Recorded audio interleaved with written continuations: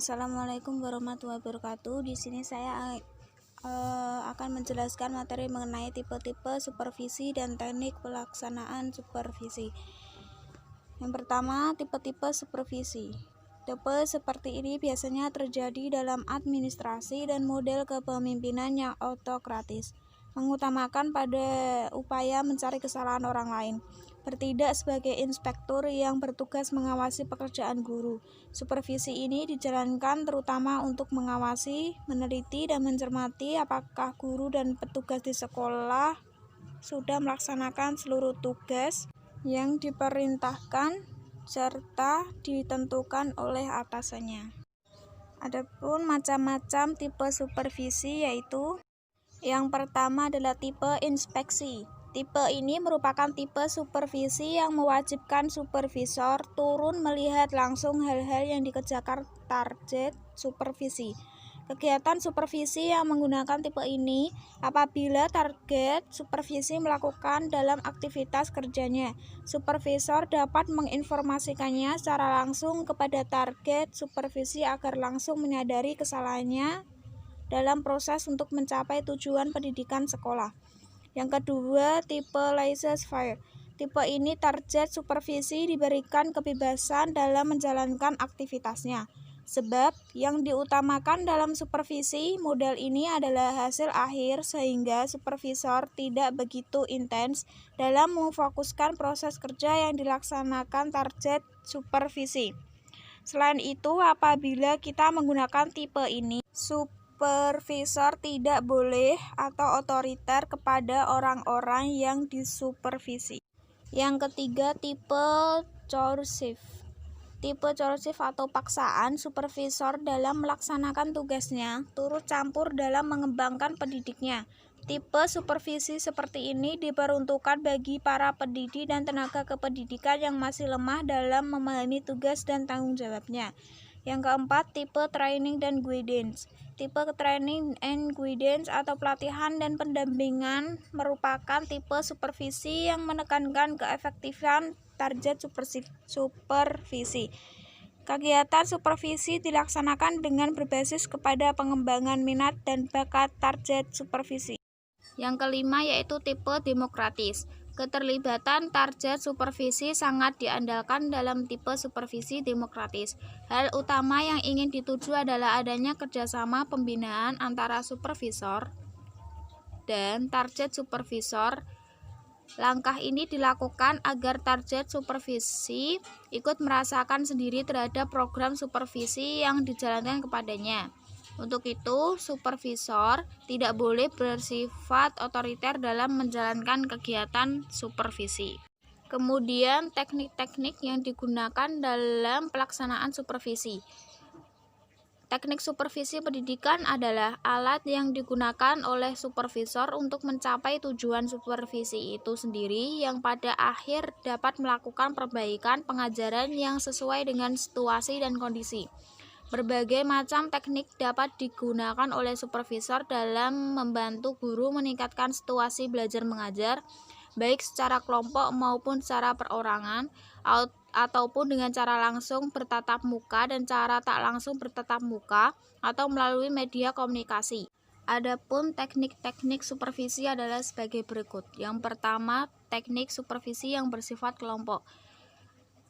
Teknik supervisi yang bersifat kelompok ialah teknik supervisi yang dilaksanakan dalam pembinaan guru secara bersama-sama oleh supervisor dengan sejumlah guru dalam satu kelompok. Di dalam teknik supervisi bersifat kelompok ada yang pertama yaitu pertemuan orientasi bagi guru baru. Pertemuan orientasi adalah pertemuan antara supervisor dengan supervisi atau terutama guru baru yang bertujuan menghantar supervisi memasuki suasana kerja yang baru. Pada pertemuan orientasi, supervisor diharapkan dapat menyampaikan atau menguraikan kepada supervisi hal-hal sebagai berikut. Yang pertama, sistem kerja yang berlaku di sekolah itu. Yang kedua, proses dan mekanisme administrasi dan organisasi sekolah. Yang ketiga, biasanya diiringi dengan tanya jawab dan penyajian seluruh kegiatan dan situasi sekolah. Yang keempat, sering juga pertemuan orientasi ini juga diikuti dengan tindak lanjut dalam bentuk diskusi kelompok dan lokakarya. Kelima, ada juga melalui perkunjungan ke tempat-tempat tertentu yang berkaitan atau berhubungan dengan sumber belajar. Kemudian yang B, rapat guru. Rapat guru adalah teknik supervisi kelompok melalui rapat guru yang dilakukan untuk membicarakan proses pembelajaran dan upaya atau cara meningkatkan profesi guru. Tujuan teknik supervisi rapat guru adalah sebagai berikut. Yang pertama, menyatukan pandangan-pandangan guru tentang masalah-masalah dalam mencapai makna dan tujuan pendidikan. Yang kedua, memberikan motivasi kepada guru untuk menerima dan melaksanakan tugas-tugasnya dengan baik serta dapat mengembangkan diri dan jabatan mereka secara maksimal. Ketiga, menyatukan pendapat tentang metode kerja yang baik guna pencapaian pengajaran yang maksimal. Keempat, membicarakan sesuatu melalui rapat guru yang bertalian dengan proses pembelajaran. Kelima, menyampaikan informasi baru seputar belajar dan pembelajaran, kesulitan-kesulitan mengajar, dan cara mengatasi kesulitan mengajar cara bersama dengan semua guru di sekolah. Kemudian yang C, studi kelompok antar guru. Studi kelompok antar guru adalah suatu kegiatan yang dilakukan oleh sejumlah guru yang memiliki keahlian di bidang studi tertentu, seperti MIPA, bahasa, IPS, dan sebagainya, dan dikontrol oleh supervisor agar kegiatan dimaksud tidak berubah menjadi mengobrol hal-hal yang tidak ada kaitannya dengan materi. Topik yang akan dibahas dalam kegiatan ini telah dirumuskan dan disepakati terlebih dahulu. Tujuan pelaksanaan teknik supervisi ini adalah sebagai berikut. Yang pertama, meningkatkan kualitas penguasaan materi dan kualitas dalam memberi layanan belajar. Kedua, memberi kemudahan bagi guru-guru untuk mendapatkan bantuan pemecahan masalah pada materi pengajaran. Ketiga, bertukar pikiran dan berbicara dengan sesama guru pada suatu bidang studi atau bidang studi yang serumpun. Yang D yaitu diskusi. Diskusi adalah pertukaran pikiran atau pendapat melalui suatu percakapan tentang suatu masalah untuk mencari alternatif pemecahannya. Melalui teknik ini, supervisor dapat membantu para guru untuk saling mengetahui, memahami, atau mendalami suatu permasalahan sehingga secara bersama-sama akan berusaha mencari alternatif pemecahan masalah tersebut. Tujuan pelaksanaan supervisi diskusi adalah untuk memecahkan masalah-masalah yang dihadapi guru dalam pekerjaannya sehari-hari dan upaya meningkatkan profesi melalui diskusi. Hal-hal yang harus diperhatikan supervisor sebagai pemimpin diskusi sehingga setiap anggota mau berpartisipasi selama diskusi berlangsung. Supervisi harus mampu: yang pertama, menentukan tema perbincangan yang lebih spesifik. Kedua, melihat bahwa setiap anggota diskusi senang dengan keadaan dan topik yang dibahas dalam diskusi. Ketiga, melihat bahwa masalah yang dibahas dapat dimengerti oleh semua anggota dan dapat memecahkan masalah dalam pengajaran. Keempat, melihat bahwa kelompok merasa diperlukan dan diikutsertakan untuk mencapai hasil bersama. Kelima, mengakui pentingnya peranan setiap anggota yang dipimpinnya. Kemudian workshop. Workshop adalah suatu kegiatan belajar kelompok yang terjadi dari sejumlah pendidik yang sedang memecahkan masalah melalui percakapan dan bekerja secara kelompok. Hal-hal yang perlu diperhatikan pada waktu pelaksanaan workshop antara lain: yang pertama, masalah yang dibahas bersifat live, konkret, dan muncul dari guru tersebut. Yang kedua, selalu menggunakan secara maksimal aktivitas mental dan fisik dalam kegiatan sehingga tercapai perubahan profesi yang lebih tinggi dan lebih baik. F. Tukar-menukar pengalaman. Tukar-menukar pengalaman atau sharing of experience, suatu teknik penjumpaan di mana guru menyampaikan pengalaman masing-masing dalam mengajar terhadap topik-topik yang sudah diajarkan. Saling memberi dan menerima tanggapan dan saling belajar satu dengan yang lain. Langkah-langkah melakukan sharing antara lain: yang pertama, menentukan tujuan yang akan dicapai. Kedua, menentukan pokok masalah yang akan dibahas. Ketiga, memberikan kesempatan pada setiap peserta untuk menyumbangkan pendapat-pendapat mereka. Yang terakhir yaitu merumuskan kesimpulan. Yang kedua yaitu teknik individual dalam supervisi. Teknik individual adalah teknik pelaksanaan supervisi yang digunakan supervisor kepada pribadi-pribadi guru guna peningkatan kualitas pengajaran di sekolah. Di dalam teknik individual dalam supervisi ada antara lain yang pertama yaitu teknik kunjungan kelas.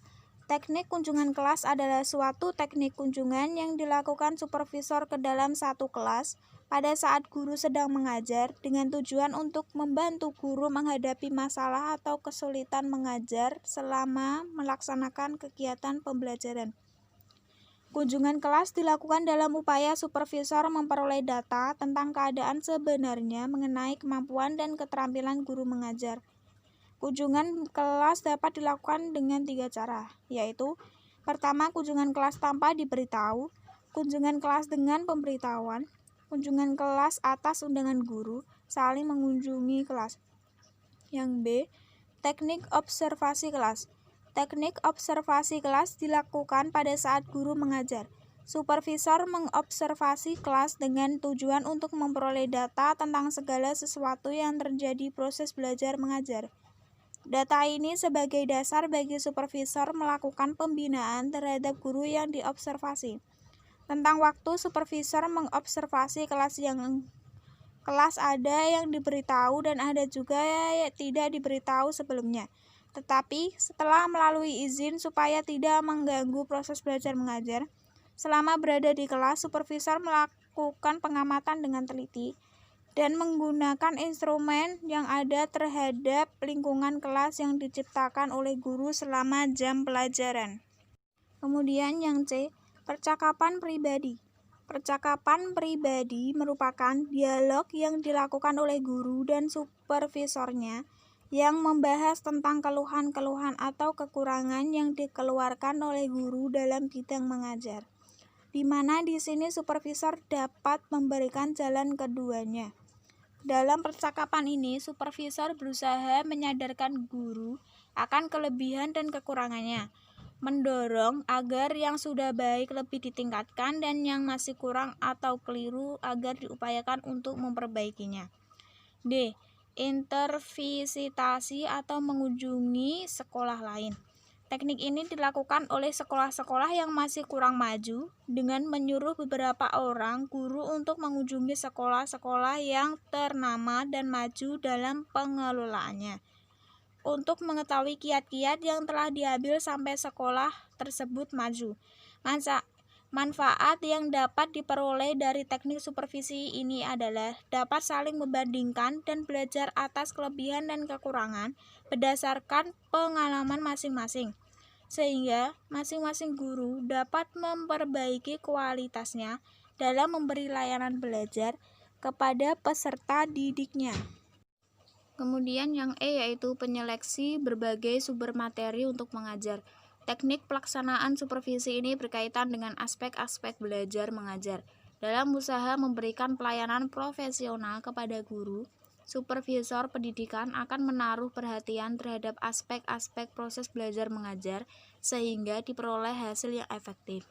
Supervisor harus mempunyai kemampuan menyeleksi berbagai sumber materi yang digunakan guru untuk mengajar. Adapun cara untuk mengikuti perkembangan keguruan ialah dengan berusaha mengikuti perkembangan itu melalui kepustakaan profesional dengan mengadakan professional reading. Ini digunakan untuk menambah pengetahuan dan meningkatkan situasi belajar mengajar yang lebih baik. Kemudian yang F, menilai diri sendiri. Guru dan supervisor melihat kekurangan masing-masing yang mana ini dapat memberikan nilai tambah pada hubungan guru dan supervisor tersebut yang akhirnya akan memberi nilai positif bagi kegiatan belajar mengajar yang baik. Menilai diri sendiri merupakan tugas yang tidak mudah bagi guru, karena suatu pengukuran terbalik karena selama ini guru hanya menilai murid-muridnya.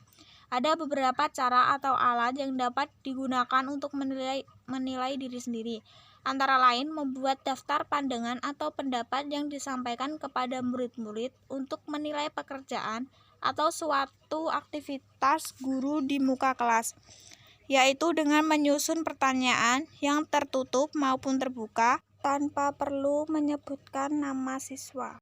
Kemudian yang ketiga, diskusi panel. Teknik ini dilakukan di hadapan guru oleh para pakar dari bermacam sudut ilmu dan pengalaman terhadap suatu masalah yang telah ditetapkan.